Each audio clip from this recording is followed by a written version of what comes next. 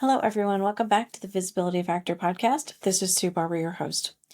Today, we're going to focus on mindset shifts that you will need to take if you really want to play bigger in your career. So, the mindset is how you think about things, what you believe, what your assumptions are, the experiences that you've had. All of that starts with how you think. If your mindset is filled with negative thoughts or is holding on to some limiting beliefs for you, it makes it hard for you to make a bigger shift. If you make the bigger shift without addressing your mindset first, what will happen is that you'll self-sabotage. You'll feel uncomfortable in a new role and you'll want to get back to where it's comfortable. That means you go back to playing smaller. You go back to being in the background. You need to start changing that mindset first. People recognize that they're operating sometimes from old beliefs, old stories, things that they didn't even realize they still had. And it's very common. Not everybody recognizes that this is happening because you're just operating in the world the way you always have. When you start to assess the thoughts and beliefs that you're operating from, you need to question them. Are they helping me? Are they serving me? Are they going to help me get to the next level? Or are they holding me back? So if I use my own example, I had the beliefs that I wasn't smart enough, I didn't know enough to be a director in IT. Now that wasn't true, but that is my brain trying to keep me safe, right? Trying to keep me from doing something bigger. And once I recognized that, I had to do this type of shift for myself. I had to start to think about how could I play in a bigger role? What would that look like? How can I make sure that I can succeed there and not sabotage myself? We're really trying to move you from a limited mindset to one that's focused on unlimited potential for you.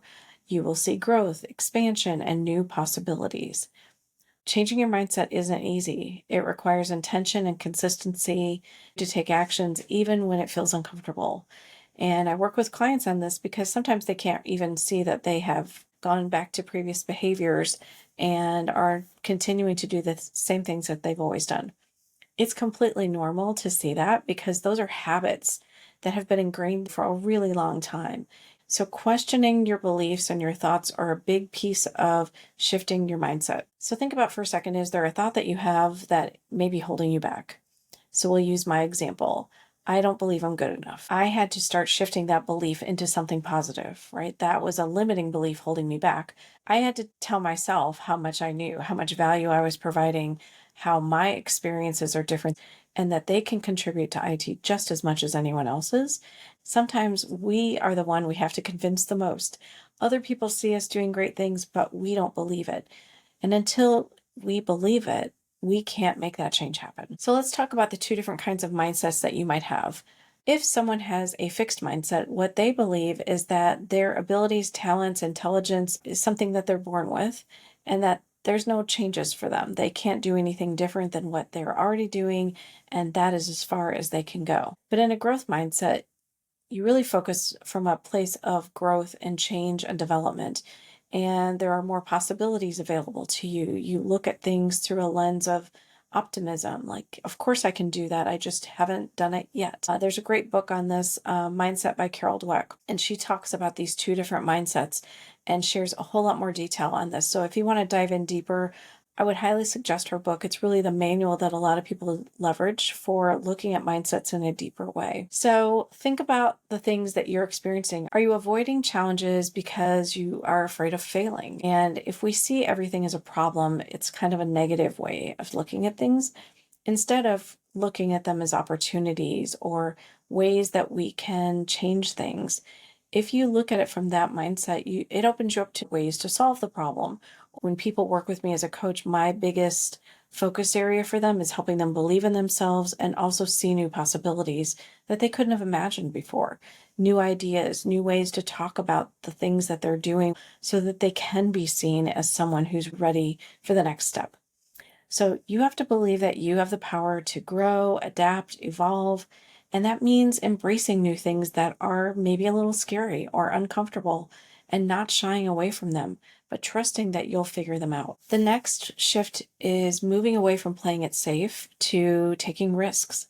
And when we're in our comfort zone, it's really easy to stay there. A lot of people will stay at a company for a long time because they're afraid to leave and take the risk of doing something else. But playing bigger requires you to take bigger risks. I'm talking about taking risks that push you slightly out of your comfort zone in some cases, maybe a little bit more in others, but they're still aligned with the ultimate goal that you have for yourself.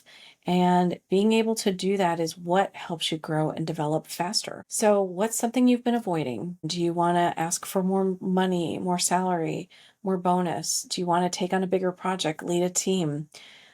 The fear that people have is paralyzing in most cases. And they're so fearful of even asking the question that they just avoid it. And when they avoid it, then their boss doesn't really know what's important to them or what they want to do. Every successful leader I know has taken risks, and there's no way to predict the outcomes of what that could look like. But you have to trust in your own ability and be able to try stuff that's new. So, shifting from self doubt to self belief is another. This is one of the big ones that you have to do, and it's just not negotiable. You have to believe in yourself and don't doubt the things that you're doing. Because how many times have you held yourself back from doing something more simply because you thought you weren't capable? I definitely experienced that for sure. And I don't want anyone else to do that simply because they're afraid. Get help from someone in the organization, a mentor, hire a coach, do something to help yourself move through this because you've got too much potential to waste. I don't want you to lose out on something that you could do. And confidence isn't something you're born with, right? You have to show up, make decisions, learn from those decisions, and realize that you have far more capabilities than you're giving yourself credit for. I want you to leverage 3 questions when, for example, you get a new project. Ask yourself 3 questions. What do I know? What don't I know? And who can I talk to who can help me? Those are 3 questions that help provide clarity for you to be able to move something forward when you're feeling like you just don't know what to do with it.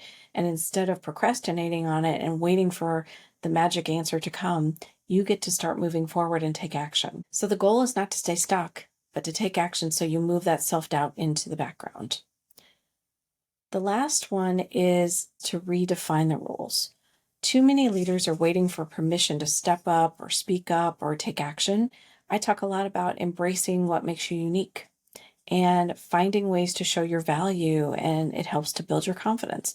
Look at innovation, opportunity, breakthroughs, and see new ways to do things that allow you to show something else to someone and not just follow the rules blindly as you may have been doing up until now. So there are all kinds of ways to bring this vision that you have for yourself to life. You can lead a team, drive transformational projects, make a bigger impact in your company. So ask yourself, are you taking the daily actions that are necessary to help you grow, to help you develop, to reach that vision for yourself? Or is there a disconnect between what you're doing today and what you need to be doing, and how can you bridge that gap? So for today's visibility action plan, I want you to look at ways to shift your mindset to play bigger. Believe that you're capable of far more than you think right now. And as you move forward, think about one mindset shift you could take and implement this week, just one, because it's time to play bigger, lead with confidence, and keep showing up.